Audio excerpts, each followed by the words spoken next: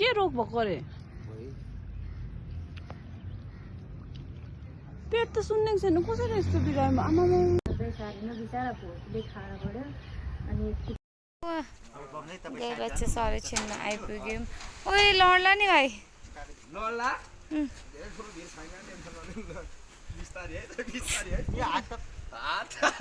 कस्तो हात के भयो सानोलो तिमीहरूलाई मैले ल्याएको हो होइन नि यिनीहरूलाई मैले ल्याएको हो कि मेरै बच्चाहरू यिनीहरू मेरो बच्चाहरू हुन् क्या हो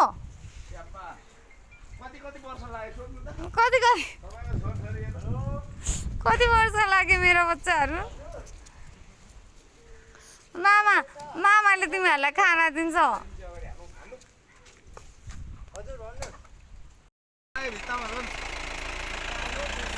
हामी तल जाँदैछौँ यस्तो टन्टलापुर घाम छ है म बिरामी भएर पनि होला घाम लागेर पनि होला मेरो एनर्जी पुरै लो भइसक्यो अनि हुन्छ रहेछ यस्तो हुन्छ नि डिप्रेसन भएको मान्छेहरूलाई चाहिँ अलिकति यस्तो क्रिटिकल गाईहरू भएको चाहिँ उही भन्दै रुँदै बस्छ भने बिरामी त भइहाल्छ नि यार मान्छे बिरामी हुन्छ गाई गोरु बिरामी हुन्छ कुकुर बिरामी हुन्छ बिरामी हुन्छ र त संस्था खोलेको हो नि गर्दै रुनुपर्छ नाटकीहरू सुत्ने अति नै नौटङ्की मान्छेहरू किन रुन्छन् हौ अलिकति केही भए पनि गर्दै रुने रोएर प्रब्लम सल्भ हुन्छ हामीले रेस्क्यु गरिरहेछौँ त काम नपाएको नौटङ्कीहरू मेरो त मुडै आफैयो मेरो दिनै बिग्रो भन्छ मान्छेहरू त लिएरै रहेछ त देख्दैन यार यो डिप्रेसन भएको मान्छेहरूसँग चाहिँ 4 गुणा टाढा बस्नुपर्ने रहेछ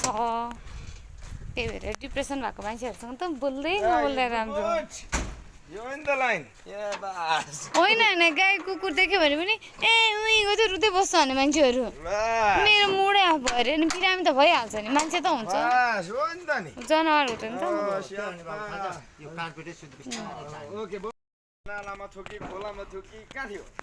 भाइ ओइ भाइ तिम्रो हात पर्ने बित्तिकै यतिको भयो त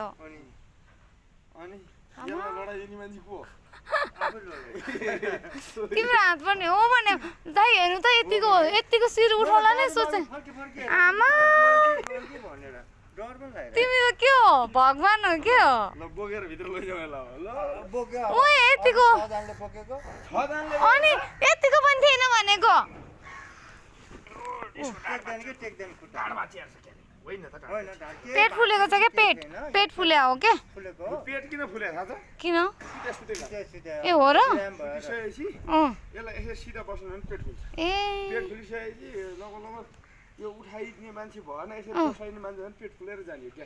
ग्यास्ट्रिक भएको ए किन टाइममा खानु नपाएर नि ग्यास्ट्रिक भएको कि ग्यास्ट्रिक यस्तो हुन्छ के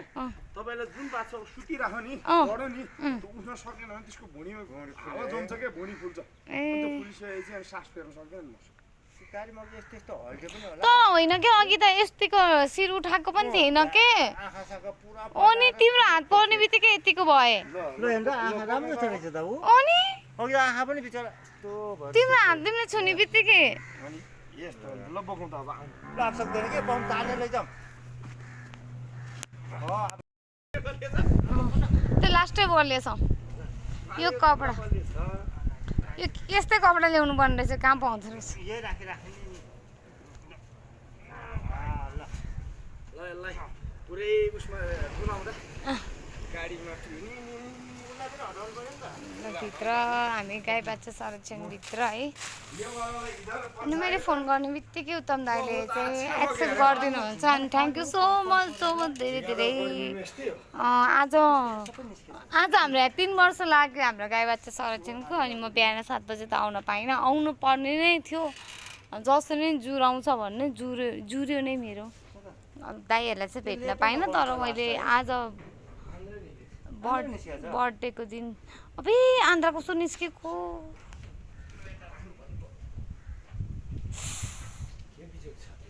कुकुरले त साह्रै बनायो हे। किन कुकुरले बाछाहरूलाई मन नपराउने कुकुरले टोकेर नि हट्ट भगवान् मैले गाई बाच्छा संरक्षण आइपुग्यौँ अब उसलाई कन्डिसन ठिक छैन नि त त्यही भएर गाडी नै तल लान पर्ने अवस्था आएको भएर अनि गाडी नै तल लाने व्यवस्था मिलाउँदैछौँ